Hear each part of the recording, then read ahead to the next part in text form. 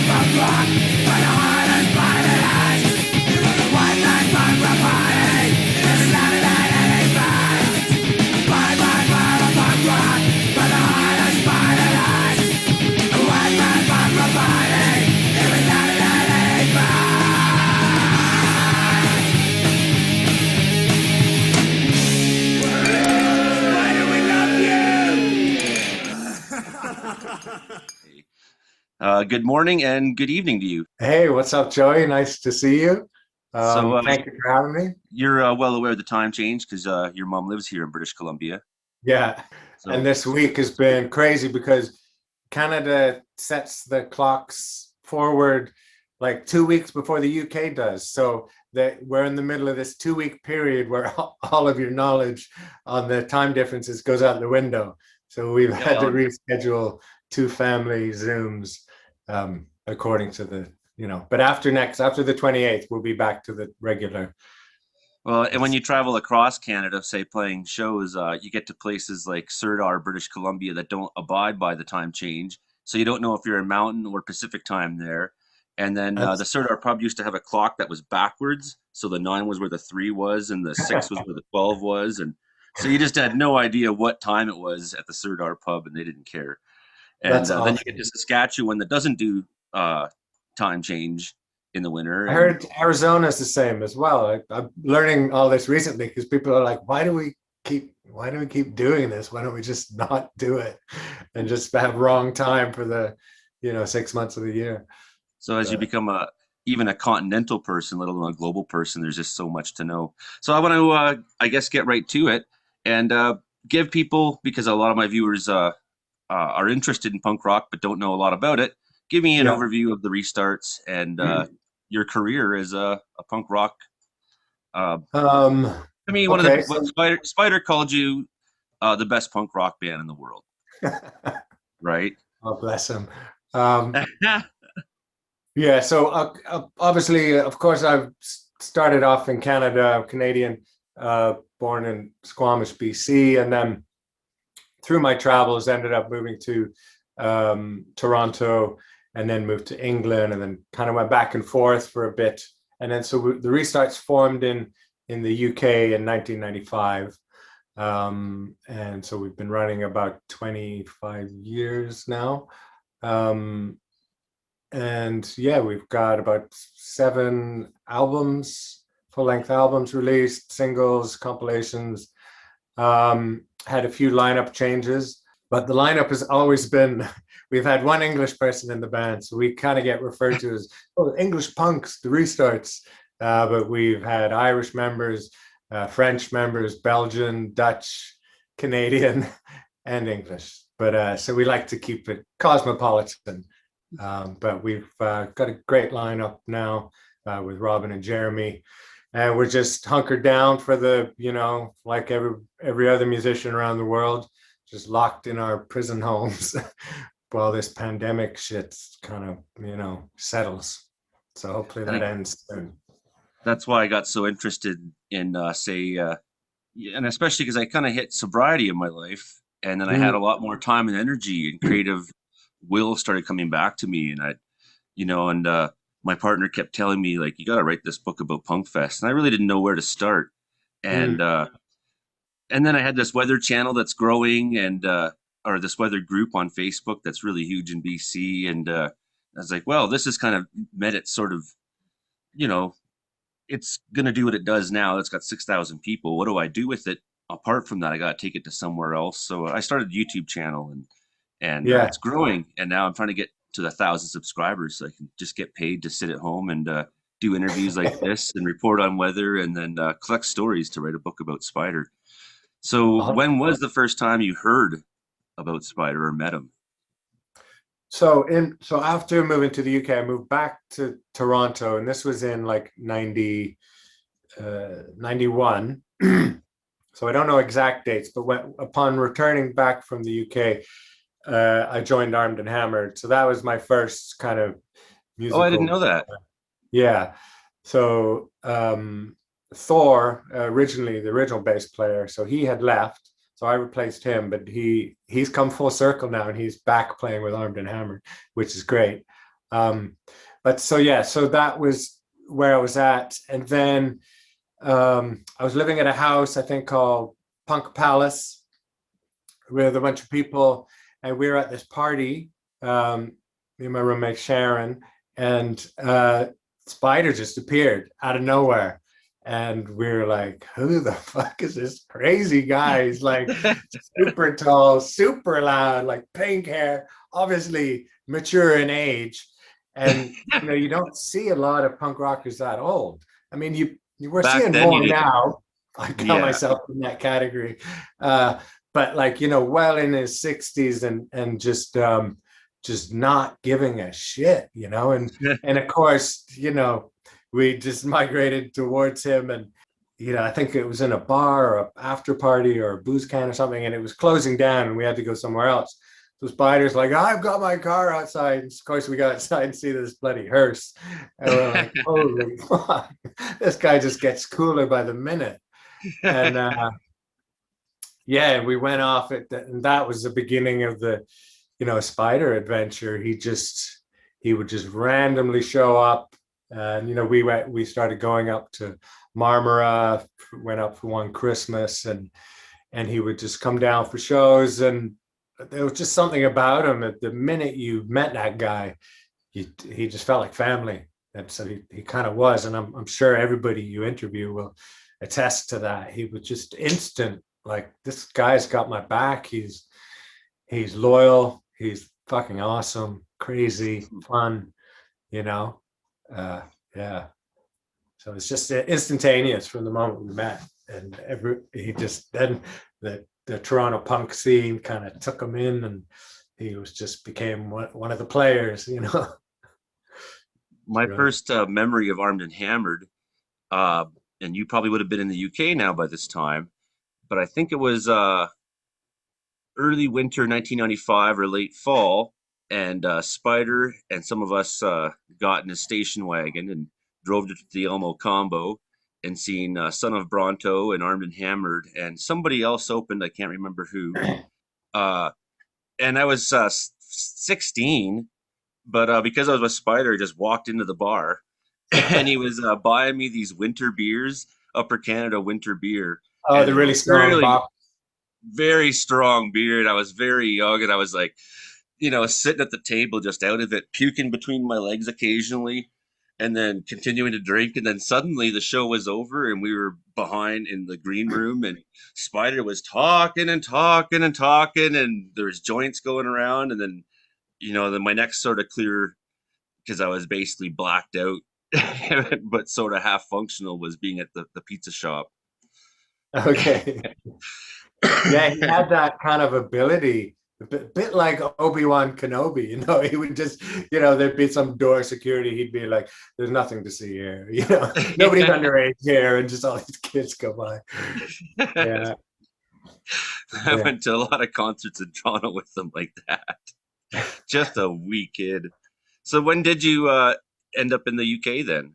So so I'm gonna guess around 92, because I was kind of going through some photos. So I think I met Spider around 92. I moved back to the UK in December 94. So basically right at the beginning of 95. And then within 95, that year, the restarts formed. Yeah, and Spider made a few trips to the UK at that. So we kind of had this cross-Atlantic friendship still going, because so he would come over to the UK, and then the restarts played we played one of the punk fests. But obviously I remember like the first one, which I think was maybe, I'm guessing 93. Does that sound right? Yes. Yeah. And it was on his back veranda of his house. He just kind of extended the He may porch, have had parties before that, but the 93 was the first. It had the like Ferris wheel, official and Spider Fest or whatever. yeah, Yeah. it was on. Merry-go-rounds. Oh yeah. He was like, God damn it, it's my party. I want a merry-go-round. It was like, spiders, financially, it's not a good idea. He did not care. So I'd love to hear about that Punk Fest, that 93, and then I'd love to hear about Spider in England and anything you know about that, because it's for all of us such a big gap of knowledge. And I'll give you one Yeah. example. I so rarely in all my time as a young person answered the phone. It wasn't really a cool thing to do at Spiderland. And if you were in the house a lot, every once in a while he'd be putting on clothes or something, and oh, can you get that? So I'm downstairs and I answer the phone, and uh, hey, is Spider there? And I was like, yeah, he's just getting changed. Who can I ask is calling? It's Lemmy. I was like, holy fuck. And Sweet. Spider Lemmy's on the phone. He's like, okay, I'll be down. He'll be down. So that was my entire conversation with Lemmy. But Awesome. and so there's a big gap though that we really know so little about, About what? Sorry? except his stories directly. Yeah, yeah. So yeah, I want to say like perhaps me and Sharon and Pat went up to his place for Christmas. I want to say maybe 92. Pat I from think that was Excretion. before the the Punk Fest. But so we were kind of familiar with his house, and then we heard about that he was, he kept going on about the Punk Fest that's going to happen. So he extended the veranda out his back, and then there was quite a drop. Like I think the stage was almost kind of like eye height or whatever.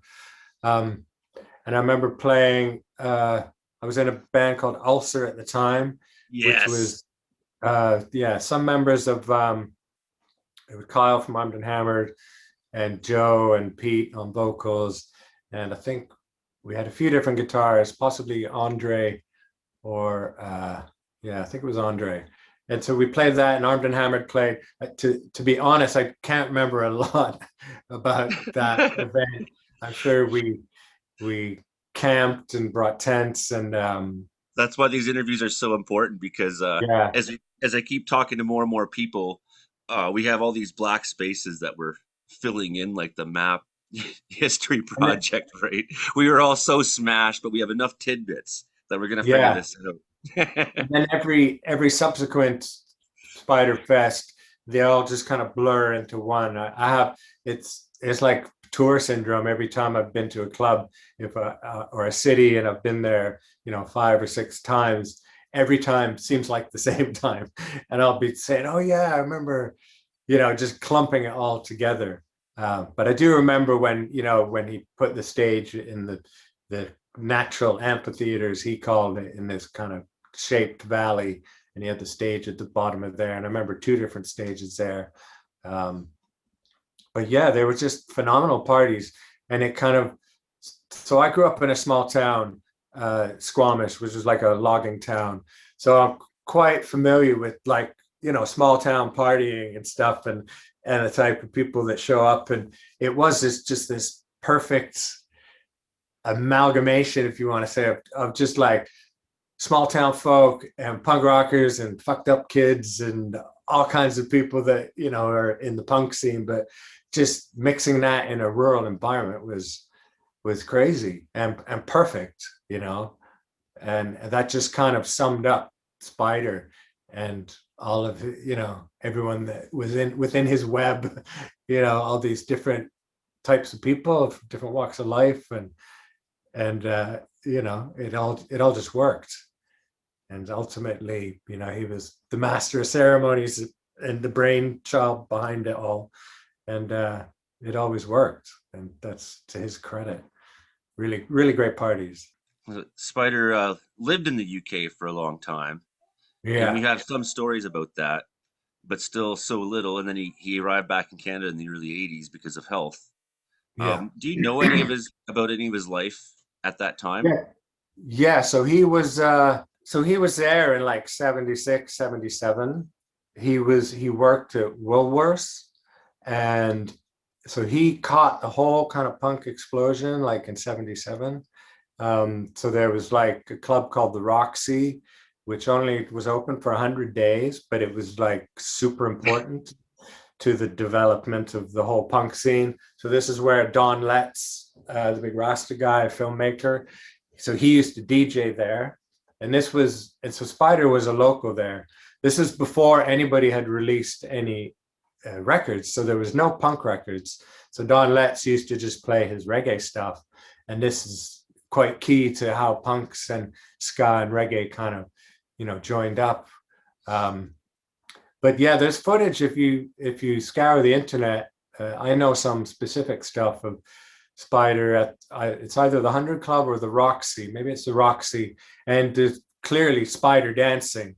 And apparently he got his nickname because he used to dance like that, so legs and arms flailing, and it was just like this big giant spider. So that's one attribution to how he got his nickname. And yeah, and so obviously he lived there like and he always said like 77 was the best years of his life, and that he actually caught that historical year. And yeah, he said he used to DJ at Sex Pistols gigs, and Spider's yeah, Funky Lights Disco. yeah, yeah.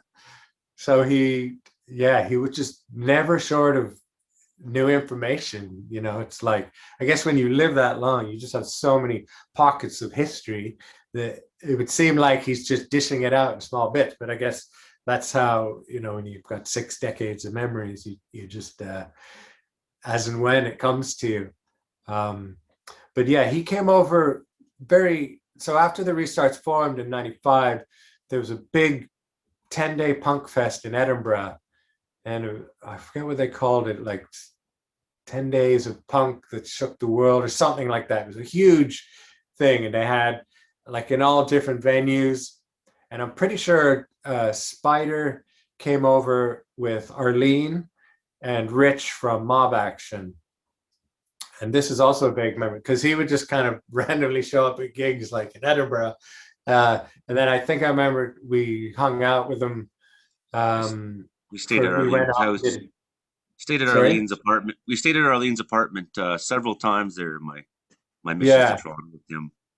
I'd say she would be a good source of information because she did a lot of traveling with Spider, and she would obviously know a lot of about that trip to the UK because he would have gone and visited friends and stuff, and Arlene would have been on that, and Rich.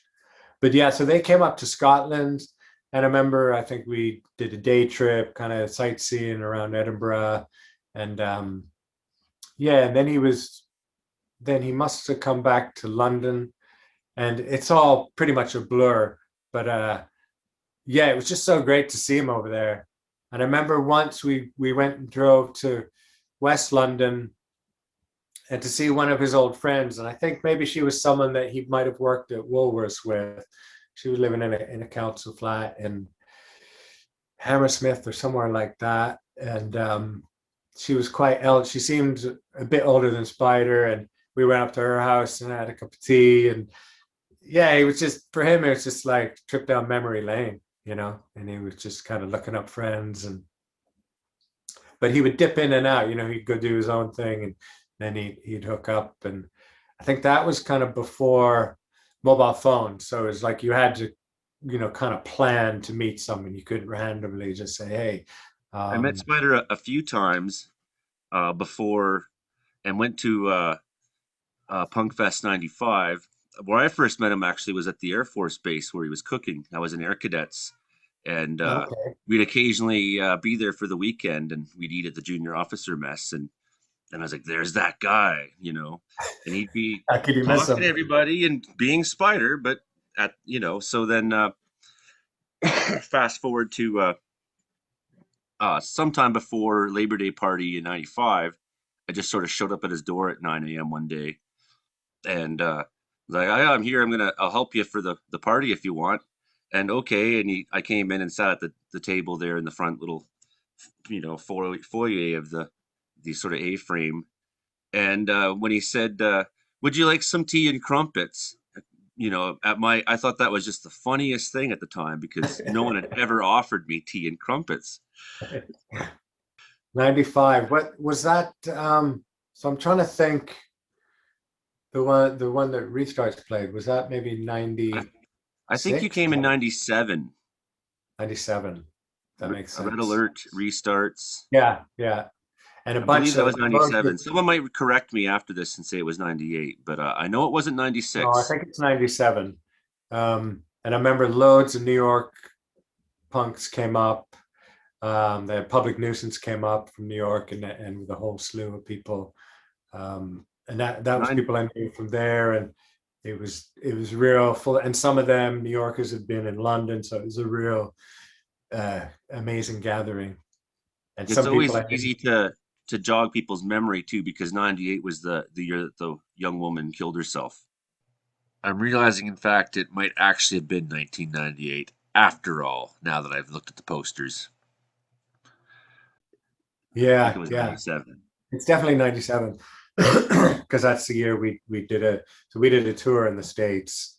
It was our first tour, and then we came up and did Toronto, and What did your yeah, band think when they saw Punk Fest for the first time?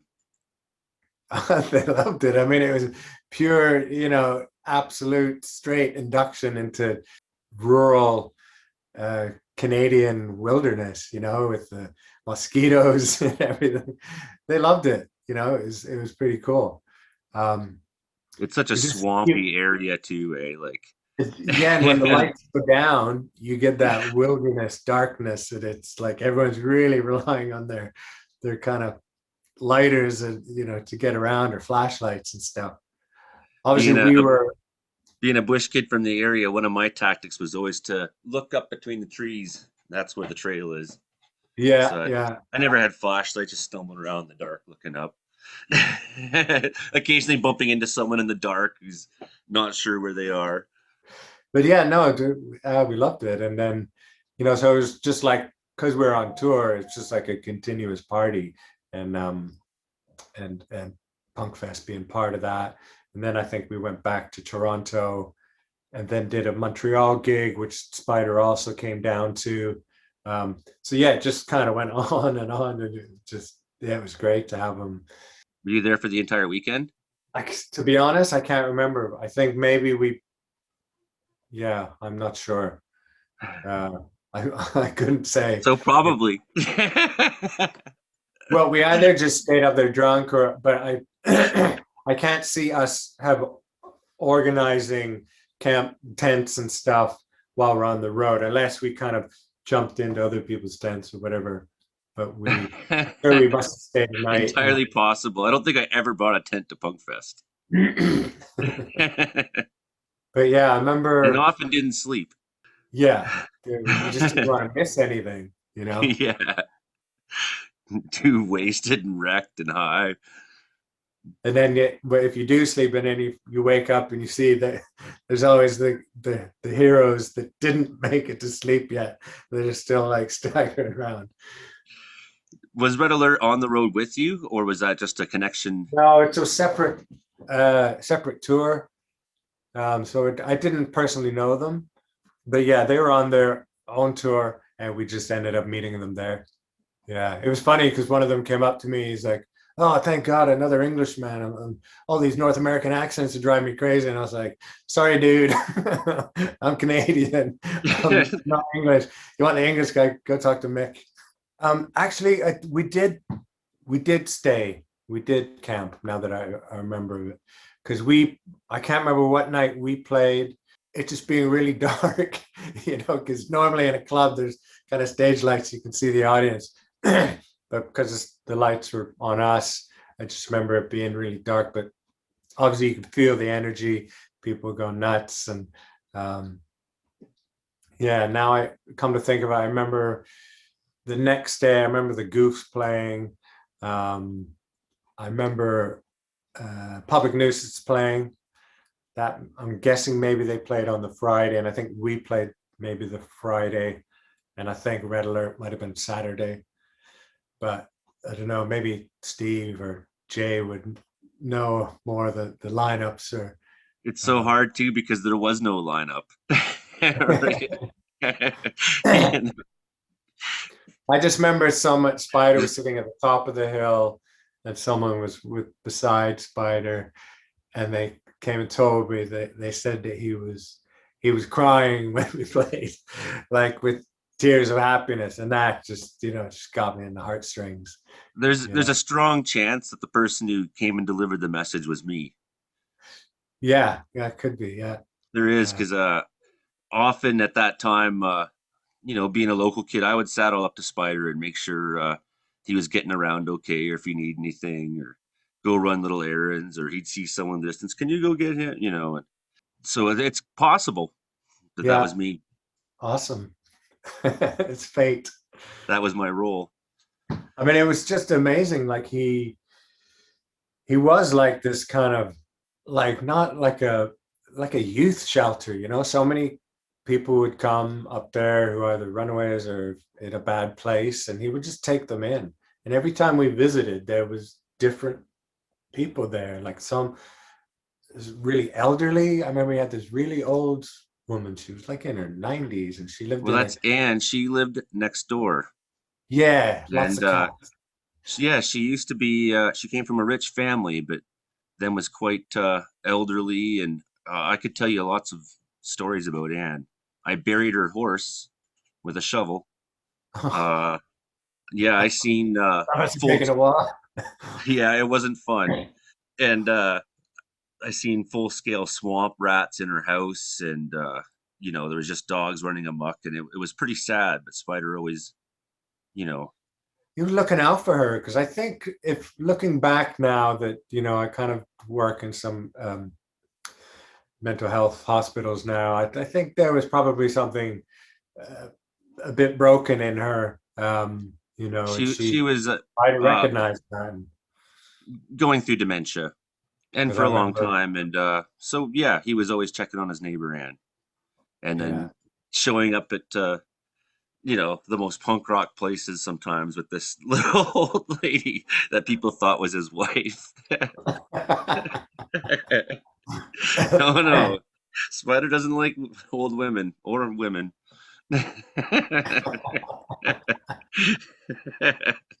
And that's the other thing that was so incredible about him is he just kind of normalized. Uh, so at this point in time when I met him, I wasn't out as gay, so I was still kind of trying to make up my mind. But Spider just normalized being queer and made it so that nobody really gave a shit. And that's quite a skillful thing to do. Like nobody even really talked about it, even though it was plain as day. Uh, and yeah, he just kind of that really kind of had an impact on me, that you The don't need to same. switch your lifestyle and all this stuff, you The know. same, maybe from the opposite angle though, where as a young teenager, watched dozens and dozens of movies in his room with them, and occasionally put his hand on my leg, and I'd say, "Spider, your hand's on my leg," and he's like, "Oh, you don't like that still?" Like, no. Oh, I had to try. I know. and and so I got just used to him being who he was, and didn't, and that to me set me on a path of anti-bigotry. And just his legacy is crazy that, people are still talking about him. And he was just his own kind of self-made celebrity. He My just had phone's that. ringing. My telephone's ringing. Oh, Maybe good. it's Josh got Spider. it. It's Josh Spider. got it. Yeah. 472 69 with two holes in the middle. That was how he always told everyone his phone number. Didn't matter who they were. 6009. You can remember it by 69 with two holes in the middle. Yeah, I remember the '93 Punk Fest, or the one Armed and Hammered went up to. It kind of started out really chaotic for me because we put all our equipment in the back of a pickup truck, and somewhere in downtown or somewhere in Toronto, we hit like a, a pothole in the road, and my bass guitar in the hard case like flew out of the back of the pickup, and none of us knew. So we got to Spiders and we unloaded the gear and started drinking, and then like hours later we realized what my fucking bass is gone. My bass is gone, looking everywhere, and then started getting like really desperate and started get that horrible thing kicks in. Oh, I wonder, did someone steal it? And started looking at people horribly and wanting to go through tents. And then before it got really ugly, someone, Mars, which was John's girlfriend, still is, she showed up with the bass, and we're like, what the fuck happened? And apparently we had a demo tape in the case and had her phone number in it, because we used her phone number as a contact for the band. And so some guy was obviously driving behind us, saw the bass come flying out in the middle of the road, picked it up, opened it up, saw the phone number, called Mars, got her the bass, and she relayed it up to us. And that was like, oh, thank God, I'm That is not religious, guy, unbelievable. but I'm going to pray. And I That's a think, good. Mike, I think is that the one that the UK subs played? Or no, that was the one. That was 90. They played in Spring Bash 95. I know for sure. And I think they may have been there for 93 as well. Okay, yeah, I'm thinking, yeah, so they played twice, right? I think so. Yeah, okay. Yeah, because I remember them in '93 in that first one. But Charlie Harper, the singer, was just always off fishing because he just loves the countryside. So we didn't actually meet him a lot, but um, we got chatting with Alan, the guitarist, and Brian on bass. Um, I got to know them. I think I had known them from before. Um, and then I ended up living with Alan, and he did a short stint in the Restarts for a while later on back in the UK. But yeah, I think to get the UK subs like for that first one was like it was a big deal. It's like the UK subs are legends. They're still going. Charlie's like, he's in. I can't remember what age he is, but he's like 74 or something. He's still rocking out and touring. Not this year, but you know. they'll be back for sure after COVID. But yeah, him and Spider were kind of like, almost like brethren because they were the two most senior statesmen of the punk scene. I suspect they might have known each other back in '77, I you believe know, so. when Charlie they would have been superstars back then. But Charlie didn't get in, the sub started when he was in his 30s. So he was, well, a lot of punk bands were, 17, 18-year-olds. Charlie was 30. So he started quite senior, but still going. It's great to see. Which you imagine would affect his sense for what he wants to do, and B, just the quality of musicianship. Yeah, he's always had a total structured plan, like every album they released was a letter of the alphabet, and they completed the fucking alphabet. Now they've gone back and you know It's they've like an done Atlantic hurricane season. crazy. I can't imagine to have like over 27 full-length albums. It's unheard of.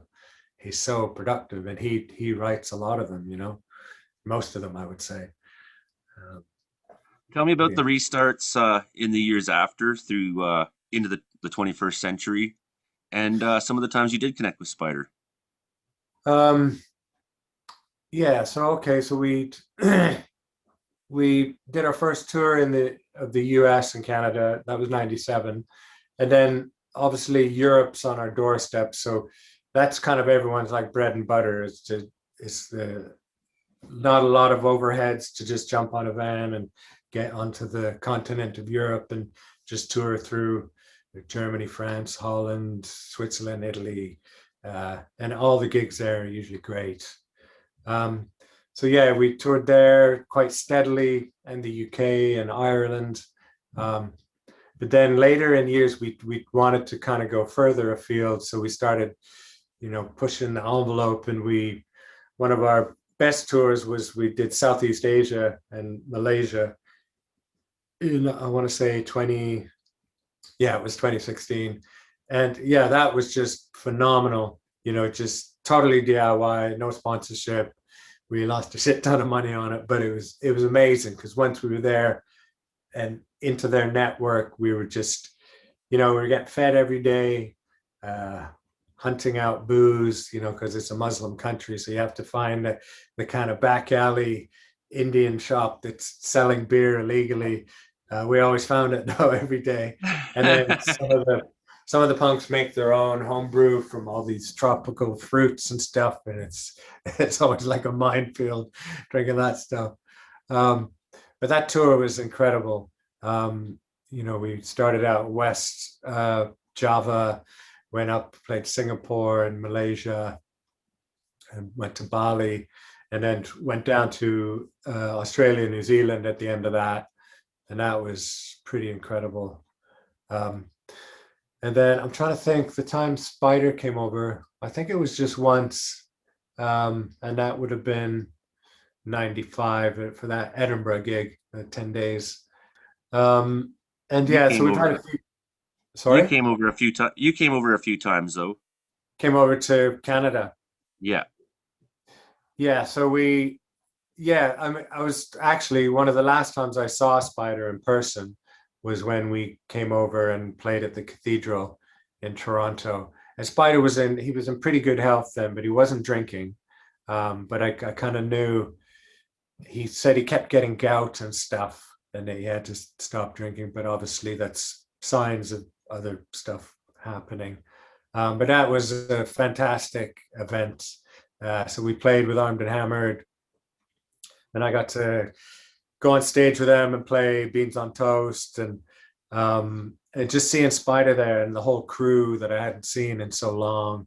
Uh, you know, Anthony was there, Sharon, and just everybody. I'd have to list the whole Toronto scene that I hadn't seen, and it was just really such a good last time to see Spider, and he was in super good spirits. And there's a photo of me and him. I can send you some photos after. That's kind of one of my favorite photos. We both just really smiling ear to ear, outside the cathedral, and it was just a fantastic time. I didn't know that would be the last time that I saw him. Dates and me just they all go out the window. But maybe 2000, 2007 or 8, maybe. yeah, maybe it was 2008. What year did he pass? 2009. Okay, that makes sense. Um, yeah, and I remember it was either Jay or Steve reached out to me in a phone call when he was sick and he was in the hospital, and he wanted me to call him. And this is one of the biggest regrets of my life is like, okay, I'll do it in a couple of days. And I missed that window. He fucking died, and that's it's a heavy burden to carry because it was like, can you call Spider? He just wants to talk to you. He's in the hospital. He's not well. And I can't remember if he got let out of the hospital and then died at home. He did. So I think maybe, yeah, I don't know. I just, now I know it's a life lesson. You get that message, just fucking call straight away. Drop everything. And it was, I yeah. have some So that, similar feelings about that, but Konechny and I were living together, and we hopped on planes and got to Ontario within a couple days, oh, and we're able nice. to be there for the funeral and the insane party at the City Hotel. See everybody together. Where was So it? Where was the funeral and the party? it was in Belleville, Okay. and the City Hotel. It used to be Ty's Tavern, I think it was. It was just like the degenerate working class bar of downtown Belleville, right? And it was just the perfect place for like an all, balls out Yeah, spider a place he would funeral have party, flourished. Yeah. and almost everyone came and played that the regulars, So it Yeah. was a So they put on nice, live bands there. yeah, Okay, yeah. nice. We partied all afternoon and night, and they made a lot of money in beer sales that night. That's for sure. Oh, I bet. I've been in BC so long by that point, and I guess like it was just never on my radar that Pilsner was for sale only in Western Canada. I didn't understand that. I knew that suddenly I was into this Pilsner beer, and so that's what I was drinking, right? And so I asked for a Pilsner, and she handed me a Labatt Blue, and I was like, okay. Pilsners with all the little bunnies on the label, right? Yeah. Now I Yeah. don't drink, so those are just funny memories. So then you produced uh, a you're wearing your own version.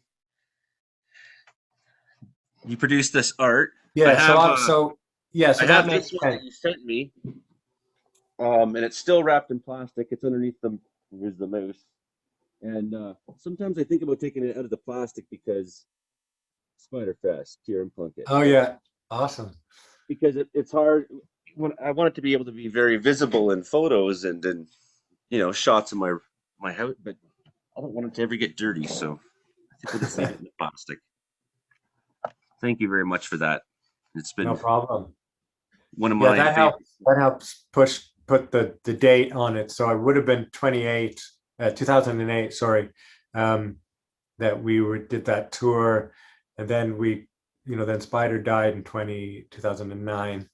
And then we did that dedication song to him, Pied Piper of punk rock, which I lifted. I think that was an article in the Marmara newspaper or one of the papers. They called him the The pipe Warren Trentonian. It Hastings, was the Pied Piper. Trentonian in '95.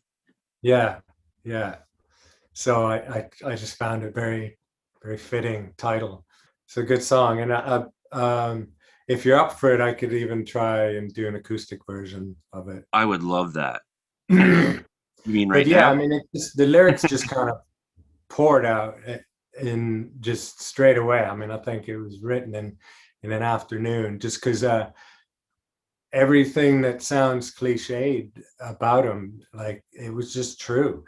He was like this kind of youth shelter, and he left this legacy of changing young people's attitudes, and everybody I've met that's, new Spider is you just instantly get along with him because he just vetted out, he either changed you if you were a bit, had some issues or some shitty politics or something, he would talk you around, you That's know? exactly the case. Yeah, I Yeah. wouldn't have And, become the person I am without so much spider time. I remember a few times going up to party there. One time we just drove up and partied, and there was these, kind of rough rednecks in his kitchen. And, but they'd try and take the piss out of him, and he just wouldn't let it, he wouldn't let them, he had that kind of spell on people that he just couldn't get away with shit there. He'd have the upper hand.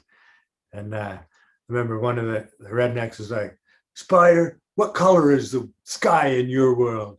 And he just fucking flew off, trying to say like you're cuckoo or whatever. And he's like, "It's fucking blue. My world is full of fresh air, not like pollutants and contaminants, and your shitty fucking," just went off on his rant. And that shut that guy up. Yeah, you needed to be kind of documenting everything that guy said, because it was just funny as fuck. And just, yeah, it was kind of like just walking down the street with him, it would just all eyes turned. I mean, you get used to that as a punk rocker if you have colored hair, but like, no, it's like when you're with Spider, like really eyes would, just pop out of their heads. And then, add to that, like the local village hearse, driving around Marmora in the car that's carried half the town's, deceased. So funny. Even before I lived at the Acres, I had many trips into the Marmora grocery store with him, which was always a hilarious occasion, right? He'd be on full spider and center of attention for sure. And Yeah. people loved him. There was very little uh, negative feelings often when we were out and about. I think it was that newspaper article was like, so there was kind of because the Punkfest was getting bigger, and there was a few kind of dissenting voices. And it wasn't that what that article was about, the Pied Piper? Was it kind of Uh, about people complaining and he was saying, no, the party's going to go on? I don't think so much at that point. Um, Or it was just that was about, still everything was still kind of fresh then. After was kind of, '98, after that young woman had oh, killed right. herself during the party, that's when the heat really started to come on for Marmora. That's when, well, her dad was right after him, right? And it turns out, I mean, I don't know if he'll ever see this, so I don't really care what he thinks. But the abuse and the brokenness was from her family. And Punkfest being in Spiderland being the only place she felt, that's where she chose to die. And it's hard for people to understand that. And I Mm. don't know how deep she went into the forest to do it.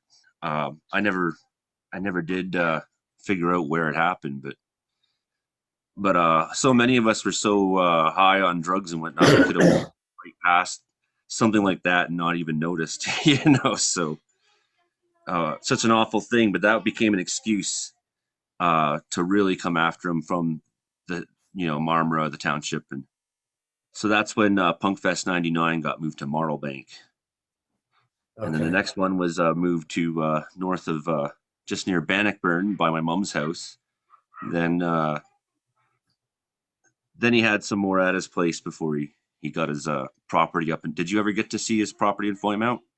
Because every time I'd be over would either be on the tail end of a tour or, yeah, It was a I was, lot further out off the main route than yeah. Spiderland even was, so it was limiting that way for people. And even myself, when I go home, trying to get that extra travel up to Foymount and be like, so there was some visits, but they weren't as long as they'd been if he was just 20 minutes down the road, like always was. Yeah. So, Yeah. the people of Marmara who helped drive him out, I'll always hate that because it took my that neighborly connection I sort of had, right? So they kind of forced, he ended up selling up and buying, is that what he did? He sold his house and He tried to. He got so deterred. He just didn't want to really have anything to do with living in Marmora. I don't believe the house and the property sold for quite some time after. In Okay. fact, maybe even after his death. But that's Jay Young would know everything about that. The last time I saw you, you were in Canada. I think it was 2011, and I had some effect in that little tour. Yeah, that was the kind of West Coast loop we did, which was fucking amazing tour. Um, because for me, I don't kind of look at tours on kind of turnouts or finances. It's just what kind of impact it has on me. And just kind of going through the Rockies with the Rebel Spell in their kind of tour bus with it was, it's just huge windows. I don't know what kind of bus it was. It was one of these small buses for picking up elderly people or something. I don't know. And it ran on like vegetable oil, and it was Yeah, just. But the amazing thing was just all huge windows all around, and going through the Rocky Mountains, it just had an impact. I'd been through the Rockies before hitchhiking, but when you're younger, you kind of don't look around as much. And yeah, that was just incredible. And Rebel Spell, incredible people as well. Todd, rest in peace. Miss that guy as well. But I had yeah, this you feeling back then. I was like, I need to team these two bands up yeah, and see what happens. yeah, just playing like, in the interior of BC. And it was pretty eventful. I think we missed one gig. There was like a rock slide or something, or one of the bridges was out or something happened. We missed I think you, yeah, just did Western Canada and the U.S. my You might have yeah. gone as far as Winnipeg with the Rebel Spell. If I No, no, we did no, we just went up Calgary, Edmonton, we did that, but with the in BC, really real north, Prince George. Prince George. It's about Yeah. 2 hours from where I live now. Yeah, that and I loved it. It was great. It just reminded me, yeah, just growing up in BC and just the fact that punk bands now will come up to a place like that and play is great. And that they had their own kind of little anarchist scene and amazing stuff. And then Calgary and Edmonton were great. And then we ended up coming down and we played Fernie. Oh That was a yeah, weird one. It's like just ski village. People didn't know what to think of us there, but it's all an experience, to be able to have a stage in a place like that. some of those bars they pay, but you don't know what kind of audience you get. Yeah, that's the thing. They'll just it's the kind of the tour circuit or the tribute acts or whatever. They normally pay better than independent artists. So What's the future for the restarts look like? well, it's after getting through COVID, really. And then once we get through that, we've got all this Brexit shit. So we've cut ties with the EU. So, like I was saying before, it's so easy to tour over there now. You won't be able to just We're hop over looking quite the same. sorry. You wouldn't be able to hop over just quite the same now. Well, it remains to be seen. So at the moment, we would have to possibly get a tourist visa for each individual state. Like so for like Belgium, Holland, France, Germany, it'd just be fucking What a ridiculous. disaster. And then each of those countries could impose customs excise, so they could go, oh, these t-shirts, you're going to sell those for 10 euros. We're going to tax you on, 20% on each of those items. And you might have to pay it in advance, or you're going to have to fill out loads of fucking paperwork. But there is one clause, and it's called visa-free travel for up to 90 days, which is what the EU had proposed through these kind of Brexit talks. And the UK fucking shot it down because the Home Secretary, Priti Patel, she's just adamant about being super strong in immigration, even though she comes from a migrant family. She's of Indian descent and her parents were migrants. but they're just like, we don't want the migrants coming in, and we don't want to reciprocate that visa-free travel for Europeans coming to Europe. So they shot it down. And like, that's the one thing we need, because we're never going to do a longer tour than 90 days. But there's a strong kind of musicians lobby here, and all the creative arts that are going to have to potentially pay these visa fees and paperwork.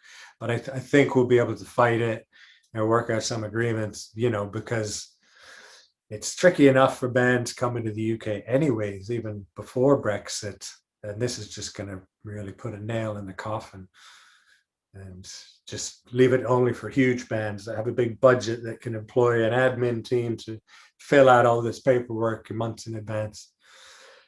So so hopefully we'll be able to tour Europe. Huge bands are left. Most of the big acts aren't bands anymore. The what? Sorry? Most of the biggest acts aren't bands anymore.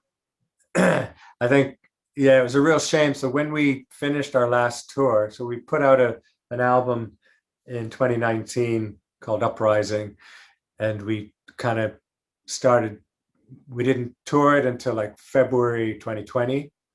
So we just did the European leg of the tour, and it coincided with the pandemic. So we came off tour like March 10th or something, and then we went into lockdown like 5 days later. And so it was just really surreal, because normally if you come off tour, I go into my own personal lockdown for a week or two. So it felt quite natural. And then me and Colin started doing this music in our underpants thing from our living room, and that kind of kept us busy. But then the novelty wore off in the summer, and now we're just fed up, really. And we were like a machine at the end of that tour, because you get so tight playing every night. And now that's all dissipated, and we're gonna have to start practicing again, because we haven't really played with each other, or I've only seen them twice over the last kind of 12 months. Jeez. Yeah, it just kind of sucks. Well, it's been pretty serious there in the UK, the lockdowns. Yeah. Well, I think we're doing okay now. We're kind of hopefully coming out of it, but now there's apparently a big third wave coming in Europe, and there's all these political arguments over the AstraZeneca UK manufactured vaccine, and it's just getting ridiculous. People are starting to ban exports, and the vaccine should just be, nobody should be making a profit from those. When you said that you could do an acoustic version of Pied Piper, did you mean today? Yes, I'll do my best. Right on. It's a uke version. Cool. Which drive Robin crazy. He hates the uke. The ukulele. The ukulele. I just gotta grab one thing. One second. Okay, so here we go. Pied Piper of punk rock for Spider. Awesome. Tearing down our main drag in the local village hearse, fighting back against stagnation and smashing the bottom curse. He's a one-man punk rock party and he's taking no prisoners. Party all night till the early dawn, no time to be a pensioner. Was a Pied Piper punk rock from the heart of Spiderland. One-man punk rock party, he was louder than any band. Darrigan at almost 7 foot and a great shock of blue hair. Teenage heart and an open mind, what's his was yours to share. Cultivated his own candy man for the punks of Canada. Living legend that was a Pied Piper of Marmara. Was a Pied Piper punk rock from the heart of Spiderland. One-man punk rock party, he was louder than any band.